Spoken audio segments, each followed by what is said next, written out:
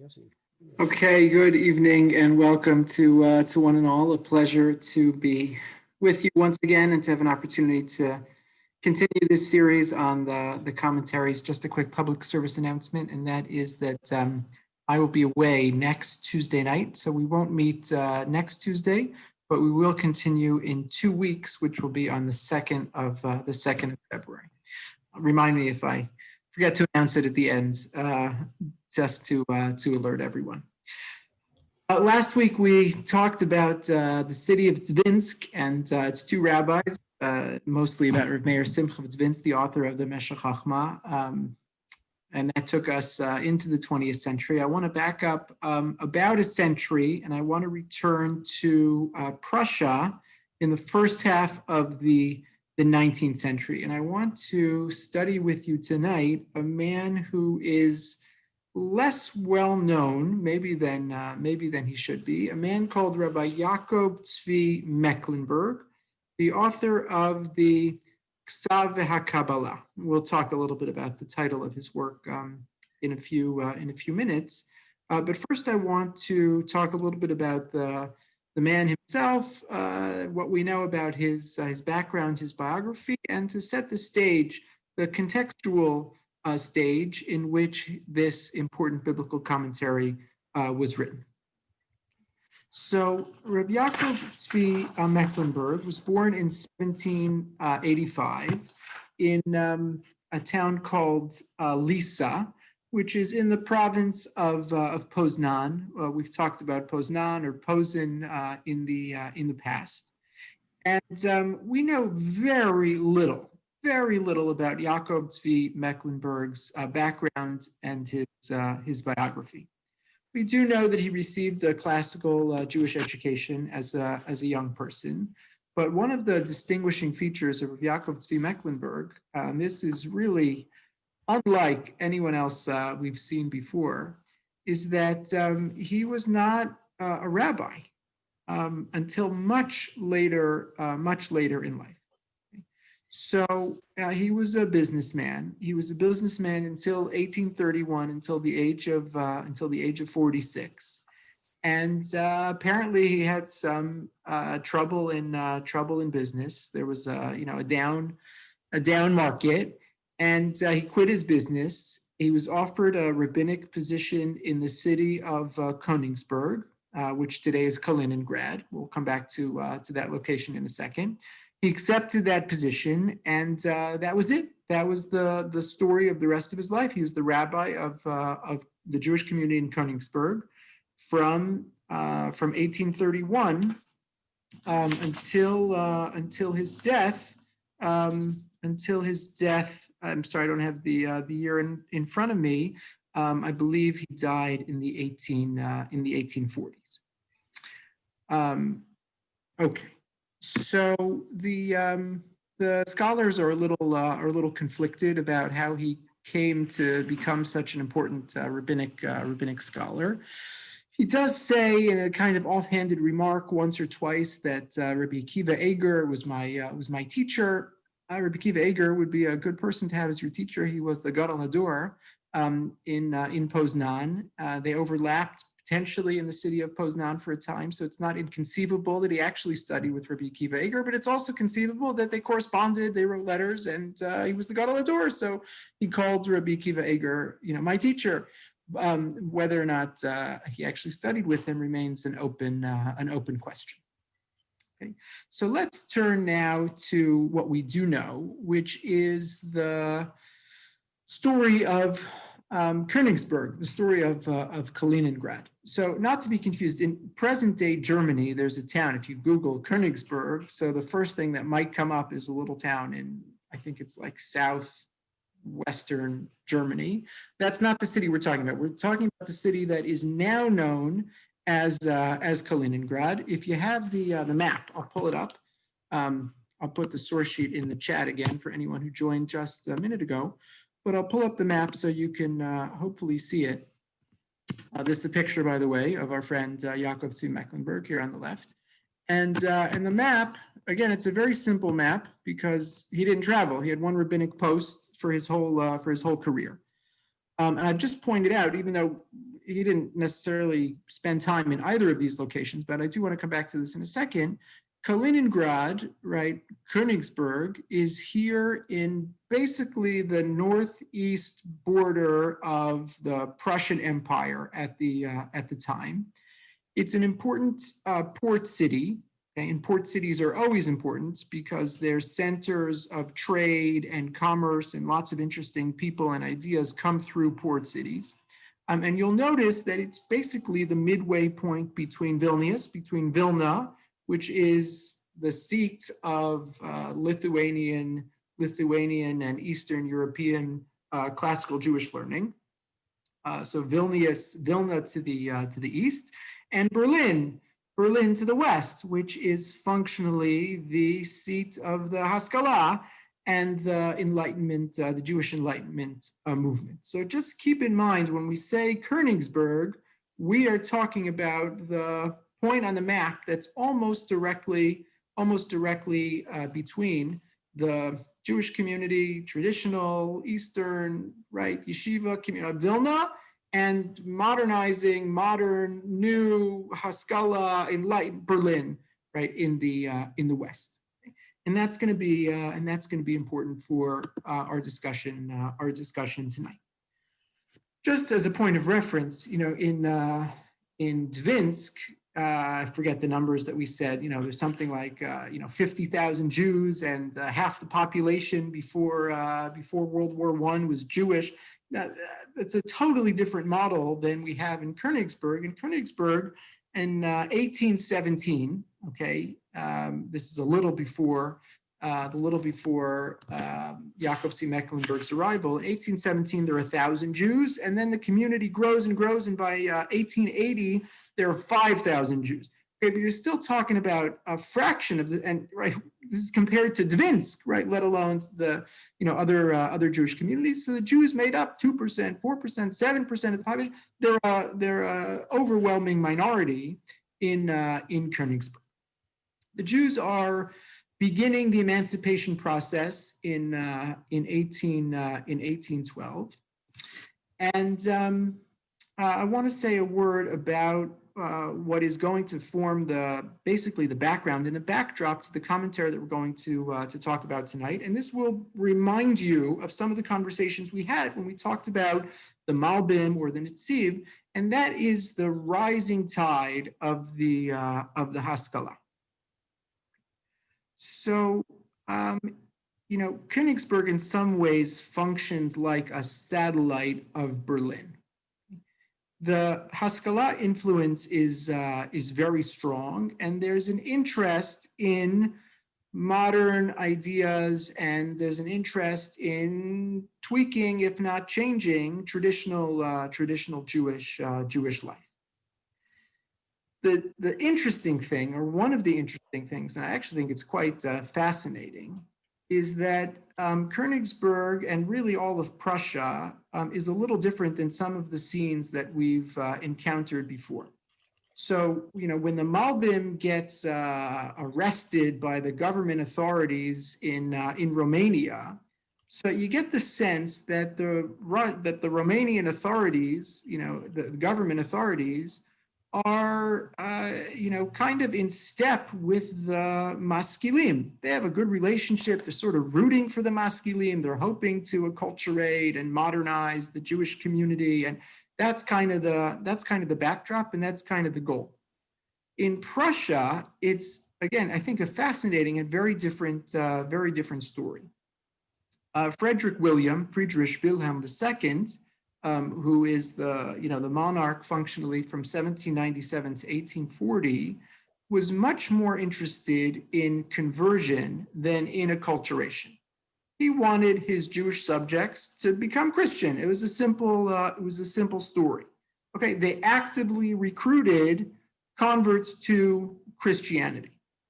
So again, I don't want to oversimplify it, and it's part of a much larger story, but he wasn't actually rooting for the reformers. He was rooting for the traditionalists. Why? He was rooting for the traditionalists because he wanted Judaism to feel uncomfortable for the young people. he wanted them to get the impression that this belongs to a past generation. They're not actually in touch with our sensibilities, and they're not modern. They're backward, and they're outmoded, and they're old-fashioned. And that would be a ripe, ground for saying, so come to the Christian majority, we'll welcome you with open arms, and here's everything that's modern and attractive about life in Christian Prussia. So from that perspective, the Maskilim in Prussia were actually facing an uphill battle, because the state wasn't actually rooting for their side. There's another piece of this. Story, which is that the kind of leader of the reform movement in Königsberg during the lifetime of Rabbi Yaakov Tzvi Mecklenburg was a man called Joseph Levin Salschutz, and he was basically an observant Jew, and the kinds of reforms that he was advocating were really just around the edges. So the Haskalah, if it's burning in Berlin, and this is a satellite of Berlin, they may have some of the same thoughts or aspirations, but this is a much kind of more diluted version of the reform that grew out of the Haskalah that Rabbi Yaakov Tzvi Mecklenburg is up against. So more tepid, but again, he's able to perceive and to recognize that the potential of this movement to do harm to traditional Judaism is serious, and a great deal of what we're going to see tonight and the commentary that he wrote comes in this context as a reaction to and a polemic against those who would try to reform Judaism. If you zoom out, right, and the scholars talk about this, the battle that he was having was probably much less local than, let's say, the Malbim, where he was literally in fisticuffs with the reformers. They had him thrown into prison. They had him driven out of town.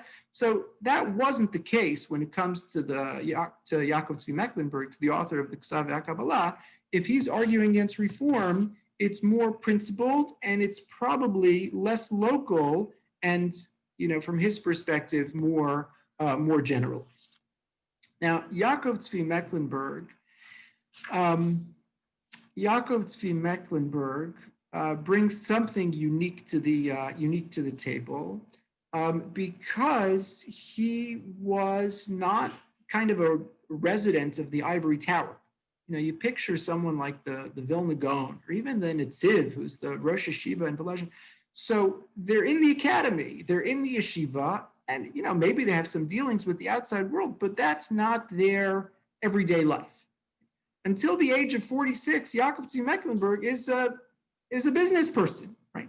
And he's dealing with the wider world, and again, the predominantly non-Jewish wider world. Okay, so this gives him a few, let's say, advantages or different perspective from some of his more classic rabbinic contemporaries. I'll just give you one quote from Jay Harris, who's I think either the current or past chair of the Department of Jewish Studies at Harvard. He said his years as a businessman provided him with a thorough command of the German language, giving him access to the full range of German Jewish writing, including Bible translations, Reform catechisms, and synthetic works like Kreisenach's Shulchan Aruch. And I want to just mention this in passing. And again, part of a really interesting part of our history, which I think is less well known. If you have the source sheet, this is toward the top of it. You can see it on the right-hand side of the cover page. No, I'm sorry. It's the second page. And this is the cover page of a book. If you open it up, it says Shulchan Aruch. The Shulchan Aruch that we think about when we say Shulchan Aruch is a book written by Rabbi Yosef Karo, published in the 1570s, and represents the codification of Jewish law. If you're a Chabad Chassid and you say the Shulchan Aruch, so it refers to another book, which was written at the end of the 18th century and published in the beginning of the 19th century by the first Lubavitcher Rabbi, Shner Zalman of Liadi. He also wrote a book called the Shulchan Aruch. We call it the Shulchan Aruch Harav, but he just called it the Shulchan Aruch. He rewrote the book. He rewrote the book for Hasidim. Okay, fascinating. So fast forward just a little further, right? This is not long after Reb Shner Zalman's Shulchan Aruch. A man called Michael Kreisnach wrote a Shulchan Aruch, 4 volumes in German, and it was basically a reform. I don't know if that's what he would have called it, but a reform Shulchan Aruch. Like, this is what the Talmud says, and this is what you should do, even though the Talmud said something else. So this is, again, this is published in 1833, right around the time that Yaakov Tzvi Mecklenburg comes to Königsberg.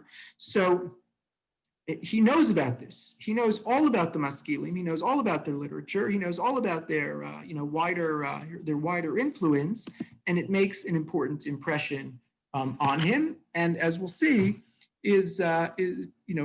plays an important role in the background of his rabbinate and his writings. Okay, let me just share 2 or 3 more points in the biography of the Ksav HaKabbalah, and then I want to turn to his commentary itself. Just come back with me to the source sheet for a moment. By the way, I just found this on the web, and I thought I would include it on the source sheet. It's just an artistic rendering. I actually don't have the date, but it's certainly before World War I, because it says Königsberg, PR in parentheses, obviously for Prussia. So this is, circa end of the 19th century. And you can see it's a port city. It's a beautiful city, and it's a very active commercial hub. And part of the reason I keep mentioning that is because the information traveled both ways. And this is not for tonight, but I think it's an important thing to know about Rabbi Yaakov Tzvi Mecklenburg, which is that he, in some ways, implicitly, in some ways explicitly, was responsible for the spread of the Torah of Vilna westward. So, just the Vilna Gaon. Vilna Gaon dies in 1797. So everybody heard of the Vilna Gaon. The Vilna Gaon didn't write any of his own books. His students Rabbi Levine took their notes. Yeah, we'll take questions in a few minutes, okay? So the students took the notes and published them, and sometimes disseminated them. So it wasn't until the middle of the 19th century that anybody wrote a biography of the Vilna Gaon. The first biography of the Vilna Gaon was written by a man called Yoshua Levine, no relation to my second son. And Yoshua Levine also was a businessman who traveled through Königsberg and developed a friendship with Rav Yaakov Tzvi Mecklenburg. And Yaakov Tzvi Mecklenburg, right, had information that he knew from his travels or from his business or from his correspondence with the yeshivish community and the Torah world. He knew stuff about he shared it, right? So in the first authoritative biography of the Vilna Gaon by Yoshua Levine, who was also a maskil, there's notes and there's credits to Yaakov Tzvi Mecklenburg. He helped perpetuate the reputation of the Vilna Gaon, and he helped move it westward, again, taking advantage of the fact that Königsberg is a port city, so the information was moving, back and forth. The traditional part of Vilna was moving west, and the Haskalah part of Berlin was moving east. I'll just share with you because it's so contemporary. This is a letter. We don't have much, but we have some odds and ends. This is a letter that was written by Yaakov Tzvi Mecklenburg to the Jewish community of Dresden in Germany there's no Germany until 20 years later, but some city in present-day Germany called Dresden in 1857. We don't have the letter that he's responding to. If you have time, the letter is written in Yiddish, and then it's actually transcribed in German at the bottom. You could pick out a couple words here or there, but this letter is in response to a question. We don't have the exact question, but the letter says something like, in light of the epidemic that's raging in your city, on Kol Nidre night of Yom Kippur, the women shouldn't come to shul. Again, I don't know what they were asking. You know, is there room for the men? Is there room for the... We saw this once before with Kiva Eger and the plague that he was dealing with in his town of Poznan. So this happened all the time, right? And I just want to phase out and remember, Yaakov Mecklenburg is not just a Rosh Yeshiva, and not just somebody sitting around in an ivory tower. He's dealing with real life questions in his city, and obviously with real life questions that are coming into to his office. Because he's earned a reputation as someone who's capable of adjudicating difficult questions. Okay, so just fascinating that we have this manuscript from 1857. So Yaakov Mecklenburg, again, has this fascinating backstory with a career in business, an education that's much broader than one would have expected from someone who had just gone through the normal yeshiva system. Based on his writings, it's clear that he either knew or had a working understanding of German and Arabic and Greek and Latin. He quotes or cites or uses regularly Maskilic literature, which is quite unusual for someone who's representing the traditional Jewish camp, the traditional rabbinic camp in the 19th century. And he writes these two books. One is a siddur. He writes a commentary to the siddur called Derech HaChaim, and he's most famous for this book, the title page of which is on the source sheet. Again, I'll put this in the chat. If you haven't seen it, you can pull it up. I'll also just share the screen for a second. So he publishes this book in his lifetime. Remember, Meir Simcha Dvinsky wrote the Meshech Chochmah, never published in his lifetime. He publishes this book called the Ksav HaKabbalah in 1839, and then he republishes it. Later in life. Okay. So what is the Ksav HaKabbalah, and why is it called the Ksav HaKabbalah? So first thing to know is that Kabbalah in this context has nothing to do with mysticism. Kabbalah means tradition, right? We would say, if you were writing this book today, you might call it Masorah.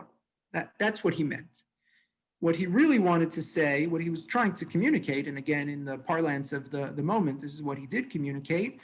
It's the integration of the Ktav, the scripture, the text of the Torah itself, and the Kabbalah, the rabbinic interpretation of the text, what we would call the oral Torah, the Masorah, the Torah Sheba'al Peh, the Midrash, the whole corpus of rabbinic literature surrounding the interpretation of text. His interest is in the integration of the two. In a lot of ways, the Perush of the Ksav HaKabbalah was the first attempt to do what we've now seen in a few different guises successors do. So what the Malbim attempted to do, and what the Netziv attempted to do, Reb Samson Raphael Hirsch attempted to do, to defend the traditional reading of the Torah against those who have rejected Talmudism, against those who have rejected Midrash, against those who have said, those rabbinic interpretations are arbitrary and they were just made up, and they're outmoded and they're not relevant and they can't be proven and they're not systematic. Any critique, right, that you could think of, again, with Wissenschaft des Judentums orientation. So he knows all of them because he's reading their literature, he's reading the material, and he says, I'm going to draw a line in the sand. I'm going to draw a line in the sand, and I am going to come to the defense. I'm going to come to the defense of rabbinic tradition and rabbinic Judaism. You're going to find it in this. You're going to find it in this text. Now, scholars have pointed out that there was no way he could have sat down and said, I'm going to write this text and I'm going to convince my opponents of my position. It's just that wasn't going to happen based on the text that he wrote.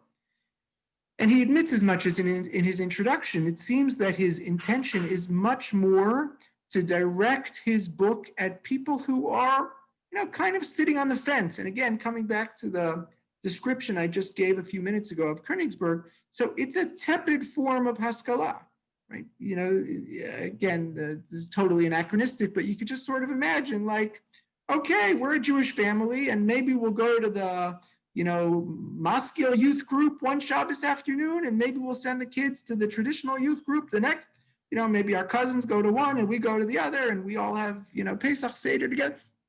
The splits were, just starting to form and the fissures weren't that deep, right? If you were a maskil, so maybe you thought there should be more decorum in shul and maybe you thought there should be, an organ, but they weren't cataclysmic in this time period.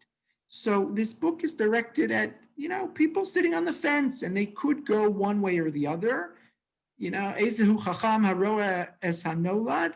Yaakov Tzvi Mecklenburg sort of has the vision to see this could go somewhere down a slippery slope, and obviously presciently he was worried what could come of this reform movement.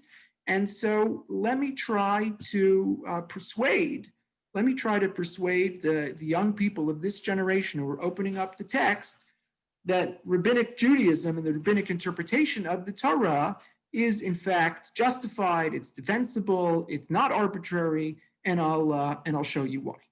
And again, this is interesting, we've talked about this before, but there's a renewed interest, right? Mendelssohn, right, is I think it's like published 18 times by this point. There's some crazy number of times that Mendelssohn's Biur translation and Parish to the Torah is reprinted. People are interested. They want to know what the Torah says. They want to know what the interpretation is. And if you can make a good case, right, you could persuade your readers.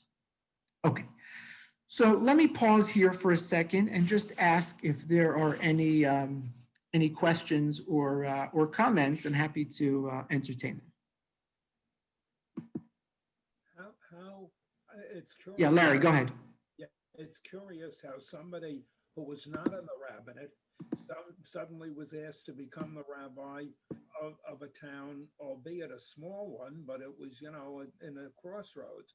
I mean, it would be as if you would retire and the Jewish Center would go and try to find some businessman on 47th Street and say, become our rabbi. It seemed so odd. He hadn't written anything before. How did he get a sufficient reputation that they wanted to reach out to him? It's a mystery. It's a dissertation waiting to be written. Maybe they're looking for a bargain. Maybe to hire the, Rabbi Kiva Aker was too expensive. You find a guy, a balabas, you just hire him off the street. It's a great question. I don't think we really know the answer to that mystery. Rebecca, go ahead. Oh, I just wanted to say, when you were showing the port city of Königsberg, that it's the home of the famous math problem, the 7 bridges of Königsberg. And Euler was the one that Euler, a famous mathematician, was able to negatively resolve it. The question was whether you could cross every bridge exactly once, only once, and traverse all of them. And the answer was no. Okay, I didn't know that. The most famous person from Königsberg? No, Euler solved the problem, but it was called 7 bridges of... I understand. No, I'm asking a different question. The most famous person from Königsberg is Immanuel Kant. Okay, this is an important university in Königsberg, and I think that's you'll look it up. I think that's where Kant trained or taught. There's some connection there. Do we know who was the great influence on Mecklenburg himself?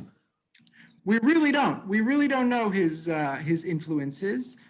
We'll see in a second. It's an important question, but he's fascinating too because he's willing to call upon a very broad spectrum of sources. So he quotes the Vilna Gaon a lot, and he quotes Mendelssohn, and he quotes Pappenheim, and other maskilim, and of course Rashi and Rabban and Ibn Ezra and the classic canon.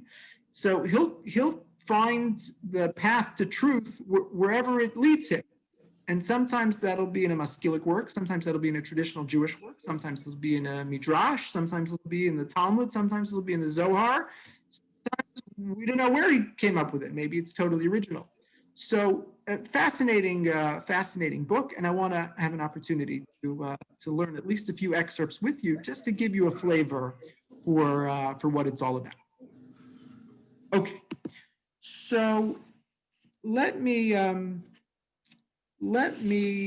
try to jump in with you because that's really the best way to see the Ksav HaKabbalah in action. And then, provided we have a little time, I'll try to zoom out from time to time and share a broader observation or two. Okay, so jump with me, if you will, to source number 3.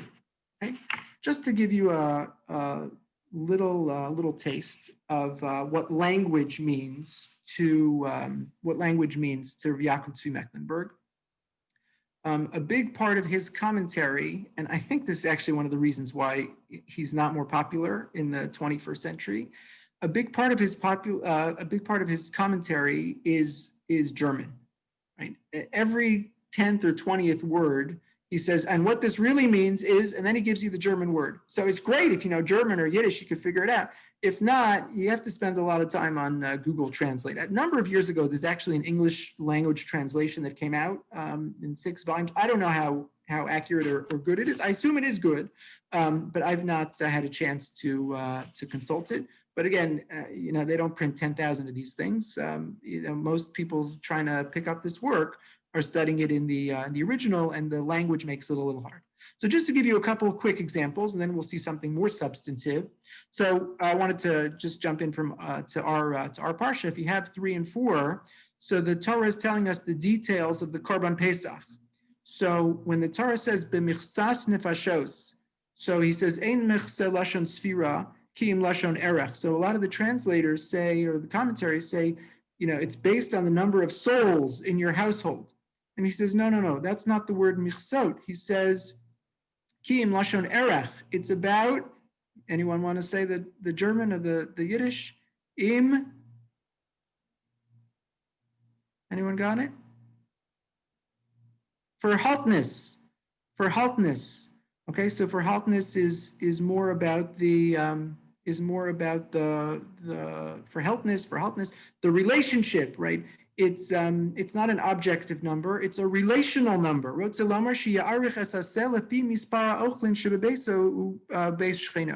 says you have to estimate how many portions you're going to have relative to the number of people in your household or at the Seder table. So the idea is not to count the people, the idea is to see how big the thing is relative to the crowd.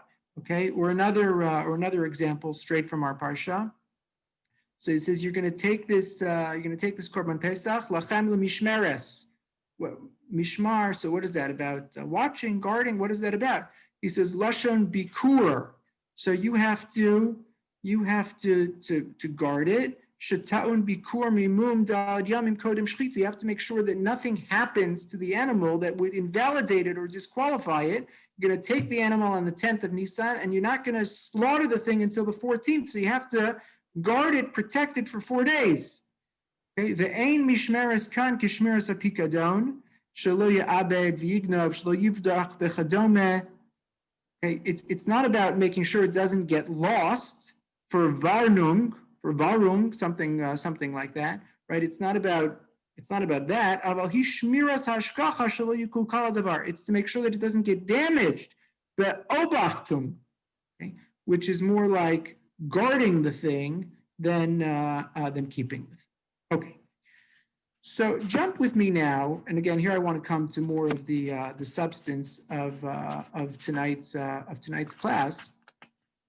Jump with me now, if you will, to source number 7.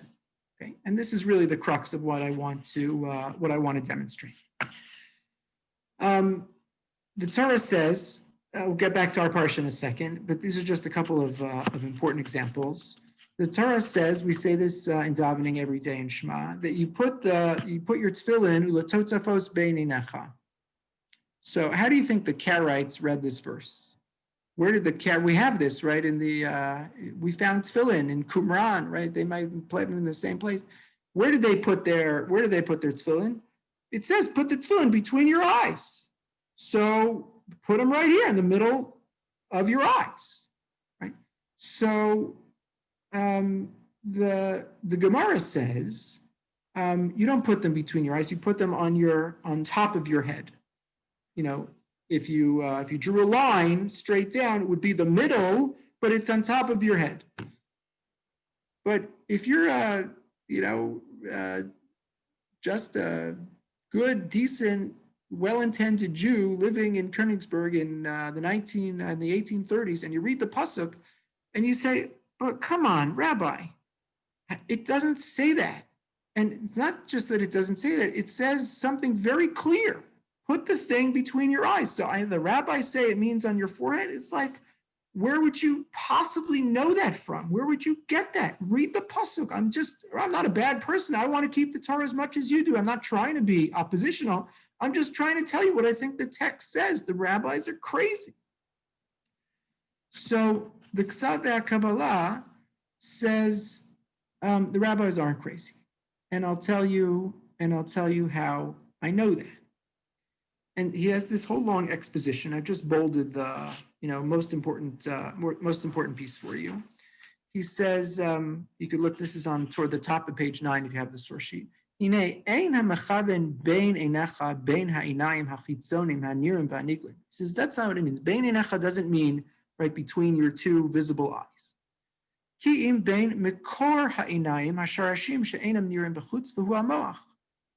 says, the brain is the source of your vision, right? Neurologically, the only reason your eyes can see is because of what's going on in your head, in your brain. V'shem ein mishutaf b'harasa. He says the word ayin is connected, right? Is connected to seeing, right? Yera al ever haraus, evig. He says this word einayim, ayin, is the notion of seeing. The Yera al hamekor v'hashoresh, and he says it's not just that, but the notion of seeing through an eye, is actually a reference to the source of where that sight comes from. And then he goes on. He knows all of Tanakh by heart. So he says every time you see the word ayin, it always refers back to the source, not to the end of the thing, like, your eye is the last part of the process of where everything, sight gets generated. No, you go back to where the beginning, right, of the vision gets generated, and that's internal. He says, Kemo ein hamayim, shehu makor hamayim. What's ein hamayim? Ein hamayim is the place where the spring of water begins. Okay, v'chein meinei hayeshua. What's einei hayeshua? The seeds of redemption. It's where it begins. And you could keep reading, right? He has another 7 examples from both Tannaitic, rabbinic Judaism, and rabbinic parlance and Torah parlance. Right? The ayin is not what you look at in the mirror and what you see. The ayin is actually a reference to the source of your vision, which is internal. So he says it makes perfect sense why the rabbis would interpret the pasuk to tell you that your bein einecha means at the top of your head rather than in between your eyes. I'll give you a couple more quick examples. The Torah tells us beginning of Parshas Yera. Okay, so the famous Rashi that God appeared after the bris milah, and what did he come to do? He asked your first grader. Hashem came to visit. He did the mitzvah of bikur cholim. Again, you're a simple Jew living in Königsberg in the 1830s. You're like, bikur cholim? The pasuk says Vayera, he appeared. How do you get bikur cholim out of that? It's just he appeared. I'll go in the English in the interest of time because I have it in source number 8. He says, we found a number of instances where the language of appearing indicates visiting and inquiring after the infirm. Krankensbesuch, right? Okay, bikur cholim in German. As in, to see Yoram, to see David, and both are translated in Aramaic as to support lemisad, Okay, it was in this sense that the psalmist said, and if one comes to see, for the substance theme of the psalm concerns an infirm individual in need of attention. Exegetes have gone to great lengths to find the basis for this rabbinic reading, but according to that which was explained, it's the meaning of the language itself.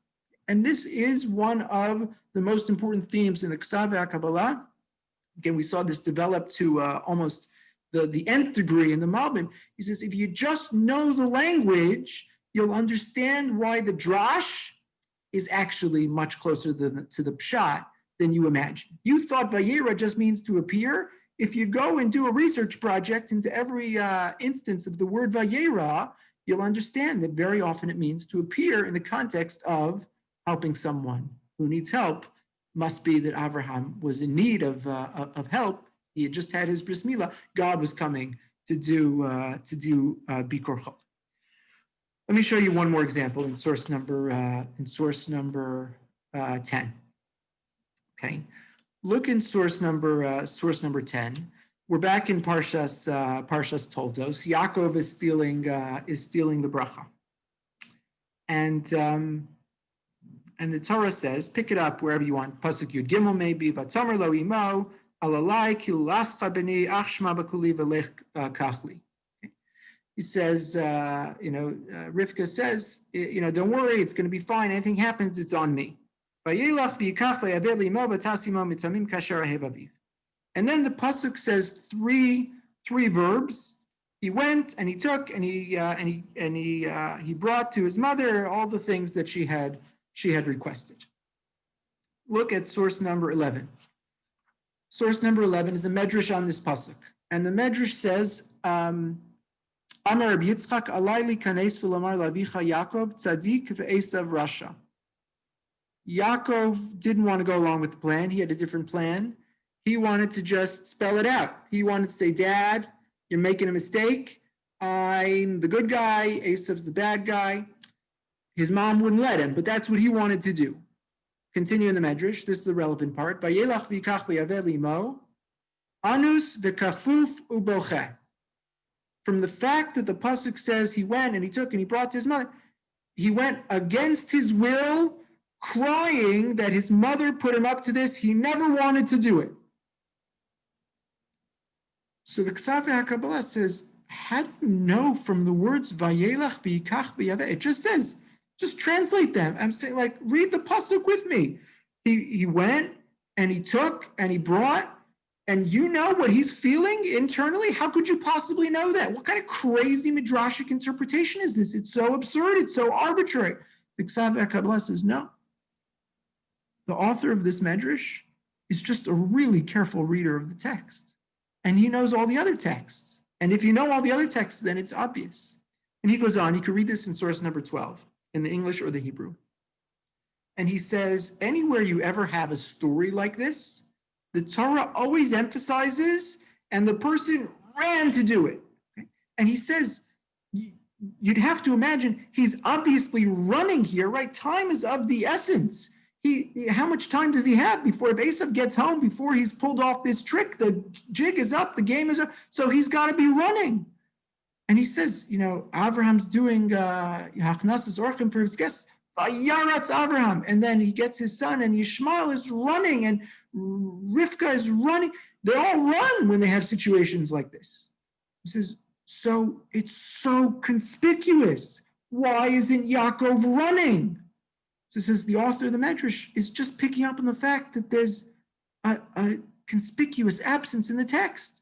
It should say he's running. He's in such a hurry. Of course, the fact that it doesn't say that and it just says Vayelech, Vayavo, so Vayikach, Vayaveh, that's the indication. That's the surefire proof. Right? That's the surefire proof that he was going against his will, because any person who was really invested in a project like this would have been rushing to accomplish it as fast as they possibly could. Okay, let me pause here for a second and ask if there are any questions. This is really the crux of the argument, to understand that the Ksav HaKabbalah wants to use pshat and wants to use his knowledge of language to justify the midrashic interpretation, to justify the rabbinic interpretation of how to read the text. Any questions or comments so far?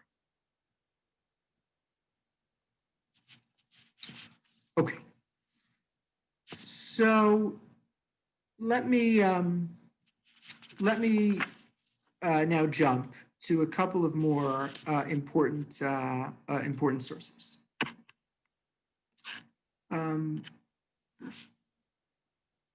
This is actually one of my favorites.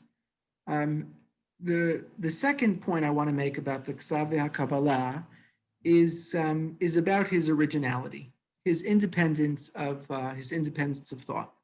And there's some irony here because he's such an arch traditionalist, and his whole essence, right, the whole point of his commentary is to defend the tradition, and at the same time, he actually gives himself a lot of license to say things which are original and independent of the rabbinic tradition. So when he thinks he knows better, right, he's perfectly willing to say something which has not really been said before in the traditional canon.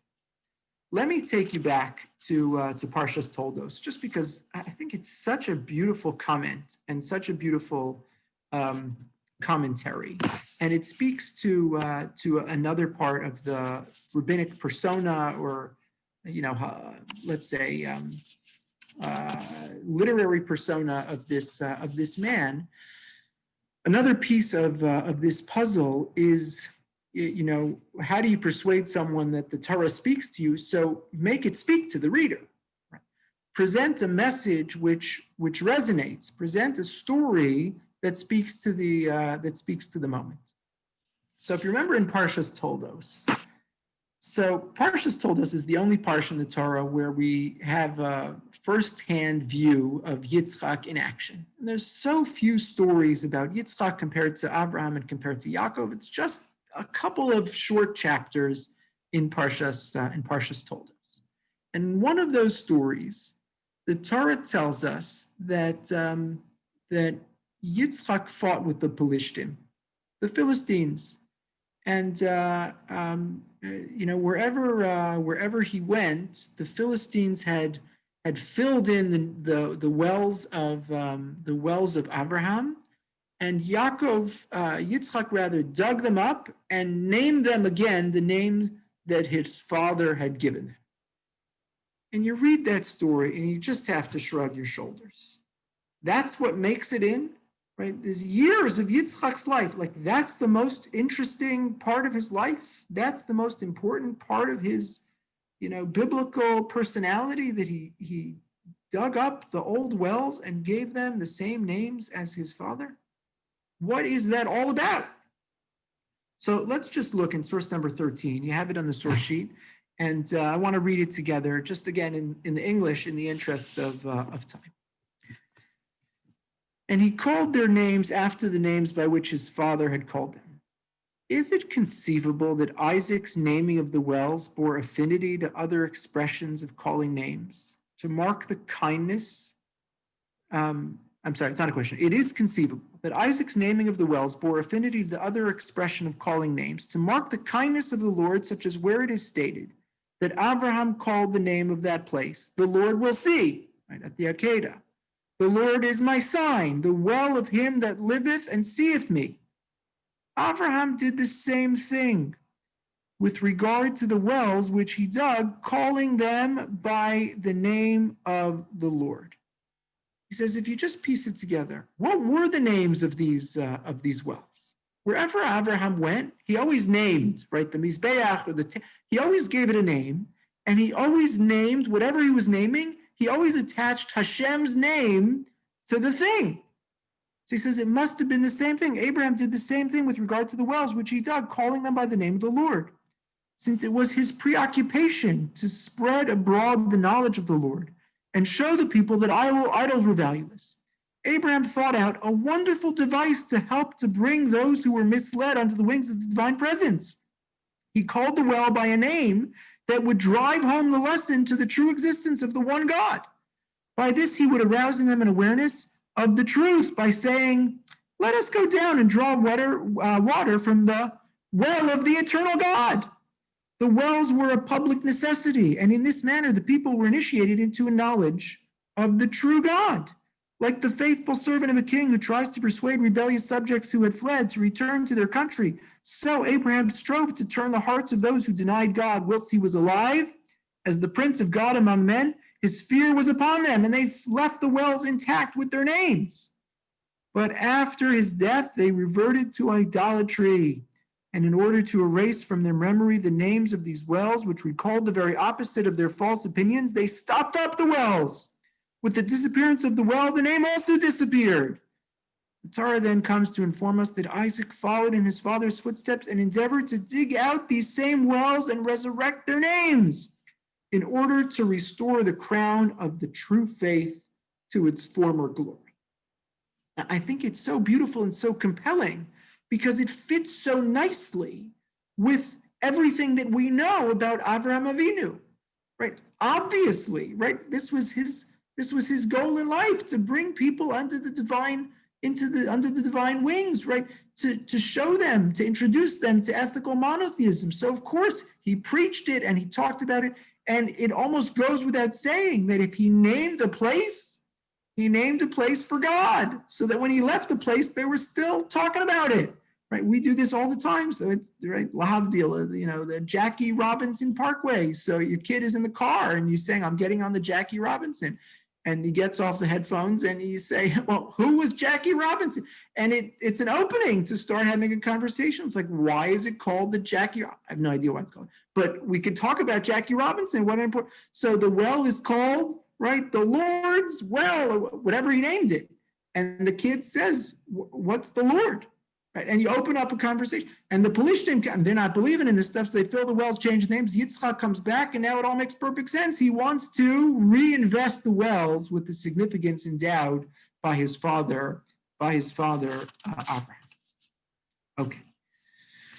Maybe time for one more comment, just because it's from our Parsha. And again, just to show the kind of originality of the Ksav v'Kabbalah. So, the Torah says when it comes to Karban Pesach that you're an Israelite and you're at the doorstep to the Exodus, and you're going to take the blood from the Karban Pesach that you just slaughtered, and what are you going to do with it? You're going to paint it, you're going to daub it on the lintel and the doorposts of your house. And it's going to be an os, and it's going to be a sign for you. A sign for you. So all the classic rabbinic interpretations, 98%, say, well, where was the blood? On the inside of the house or the outside of the house? Hashem doesn't need the sign, right? Hashem knows where everybody lives. So the sign is internal. It's on the interior of the house, and it'll be a sign for you. You'll look up while you're bringing the Karban Pesach and while you're eating the Seder meal, and you'll know that you've invested with the people of God and the people of Israel, and that's your sign, that's your os, that you have joined the Jewish people. Beautiful. The Ksav v'Kabbalah, source number 14. He says no, what wasn't there, wasn't on the outside. I wasn't on the inside. It was on the outside. It was on the outside. Really? Doesn't everyone say it was on the inside? He says, no, I have a new interpretation. I have a new explanation. And he says, and I'll persuade you. Here's my argument. And I'll just summarize it for you. Source number 14, you can see it all. He says, Karban Pesach, as you know, was a public spectacle. And the goal was for every Israelite to demonstrate that they were willing to take an object of worship, right? There's a pantheon, God knows, forgive the pun, how many gods the Egyptians worshipped. One of them was the lamb. So to take the lamb, that's the object of worship, right, here in Egypt, and slaughter it in public view, right, that's a big deal. That takes guts. That takes courage. And he says, it wasn't just to slaughter, but the whole thing, right, just keeps piling it on. You're going to roast it, and it's going to be a public barbecue. You're going to smell it blocks away. So even if you can't see the thing, everyone's going to smell right, like they serve lamb chops. You could smell the lamb chops a mile away. It's going to become a public a public spectacle. And if that weren't big enough, if that didn't get their attention, you're going to take the blood and you're going to put it on the outside of your house, and your Egyptian neighbor's going to be walking down the street and he's going to see it. And you have to have the guts to put the blood of their God on your doorpost in full view of your Egyptian neighbor and believe that God is going to protect you. That's what it means to invest with the Jewish people. That's what it means to slaughter the Korban Pesach. That's what it means to put the blood on the doorpost. Hadam lachem laost. That will be a sign for you. You're not going to see it. You're going to be inside eating your meal. You're not allowed to leave the house on Seder night. It's going to be for the people who are outside, right? Not for Hashem knows who's inside. It's going to be for the people who are outside.